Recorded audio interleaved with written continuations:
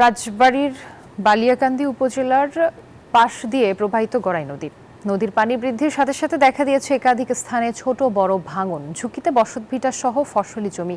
স্থায়ী সমাধানের দাবি নদী পাড়ের বাসিন্দাদের। পানি উন্নয়ন বোর্ডের সাথে সমন্বয় করে দ্রুতই ব্যবস্থা নেওয়ার কথা জানিয়েছেন উপজেলা নির্বাহী কর্মকর্তারা। রাজবাড়ী থেকে মিঠুন গোস্বামীর পাঠানো তথ্যচিত্রে ডেস্ক রিপোর্টে দেখুন বিস্তারিত। রাজবাড়ীর বালিয়াকান্দি উপজেলার জঙ্গল ইউনিয়নের পুশ আমলা গ্রামের বাসিন্দা সুখদেব মণ্ডল।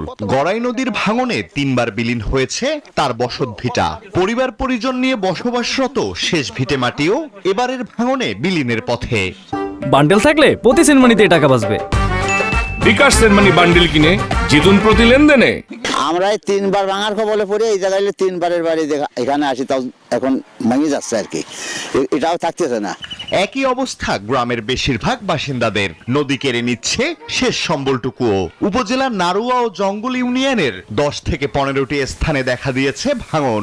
স্থানীয়রা বলছেন ভাঙন রোধে বারবার আকুতি জানালেও সুরাহা হয়নি কোনো।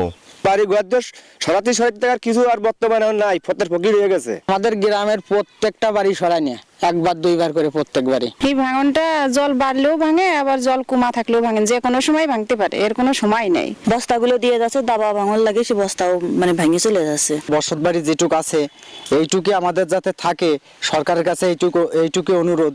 প্রতি বছর বর্ষা মৌসুমে জিও ব্যাগ ফেলে ভাঙন ঠেকানোর চেষ্টা করা হলেও তা কাজে আসছে না। তাই স্থায়ী সমাধানের দাবি এই জনপ্রতিনিধির। প্রতি বছরই যখন পানি বৃদ্ধি পায় তখনও ভাঙে, আবার যখন পানি নিচের দিকে নামে তখনও ভাঙে।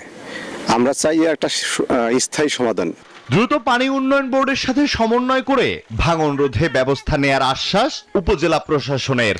আমরা পানি উন্নয়ন বোর্ডের সাথে সমন্বয় করে অতি দ্রুত যেভাবে ভাঙন রোধ করার জন্য যে সকল কার্যকরী ব্যবস্থা নেওয়া দরকার সেগুলো গ্রহণ করব।